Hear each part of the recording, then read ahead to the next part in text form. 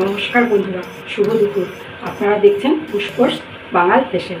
তো আজকে আমি আপনাদের দেখাবো টমেটো আর লেবুর চাটনি।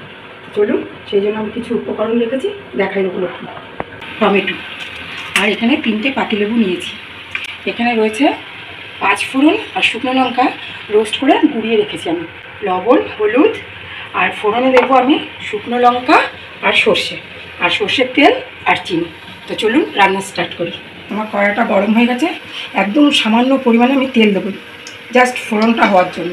তেলটা আমার ভালোভাবে গরম হয়ে গেছে। এখানে আমি 2টো শুকনো লঙ্কা আর সামান্য পরিমাণে সর্ষে ফোড়নে দিয়ে দেবো। এই অবস্থায় আমি টমেটোটা দিয়ে দেবো।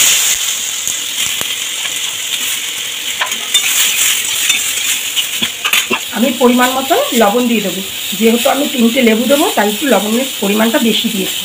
আর 1 চিমটে হলুদ দেবো। হলুদ না দিলেও হয়, কিন্তু হলুদ না দিয়ে রান্না খেলে নাকি দোষ হয়, তাই আমি একটু হলুদ দিলাম। এবার এটাকে আমি বেশ খানিকক্ষণ হতে দেবো ঢাকা দিয়ে। চলুন ঢাকনা খুলে দেখি কেমন হয়েছে। এবার দেখুন, এটা আমার অনেকটা হাফ বয়েল মতন হয়ে গেছে। এই অবস্থায় আমি 3টে পাতিলেবুর রস এর মধ্যে দিয়ে দেবো, আর অল্প পরিমাণে হাফ বাটি মতো জল আমি এতে অ্যাড করলাম। এতে বেশি জল দেবো না, একটু মাখো মাখোটা এতে হবে। এটা একটু কুক হয়ে যাক, তারপর আমি চিনিটা দেবো। একটু ঢাকা দিয়ে রাখলাম। ঢাকনা খুলে দেখি কেমন হয়েছে। এইরকম মাখো মাখো যখন হয়ে যাবে, এই অবস্থায় আমি আমার আন্দাজ মতন চিনি দিয়ে দেবো। চিনিটা দেওয়ার পর দেখবেন সঙ্গে সঙ্গে কালারটা খুব সুন্দর হয়ে যাবে। চিনিটা মেল্ট হওয়া পর্যন্ত আমি অপেক্ষা করবো, যতক্ষণ না চিনিটা গলে যাবে। দেখুন, আমি বললাম না, চিনিটা দিলে কালারটা চেঞ্জ হয়ে যাবে। খুব সুন্দর একটা কালার এসছে। দেখুন বন্ধুরা, কালারটা কত সুন্দর হয়ে গেল চিনি দেওয়ার পর। এটা আরও সুন্দর হয়ে যাবে। আর একটু মেল্ট হোক, চিনিটা গলে গেলেই যখন এটা কুক হয়ে যাবে কালারটা আরও চেঞ্জ হয়ে যাবে।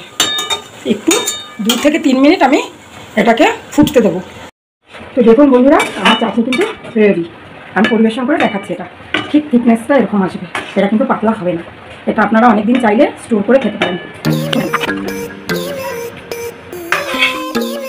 যেই মশলাটা আমি রোস্ট করে রেখেছিলাম 5 ফোড়ন আর শুকনো লঙ্কা, সেটা আমি ওপর থেকে ছড়িয়ে দেবো। আর পরিবেশনের সময় এটাকে একটু মিশিয়ে দেবো। এখন কিন্তু ওপর থেকেই ছড়িয়ে দেবো সামান্য, এটাতে একটা আচারি ফ্লেভার আসবে।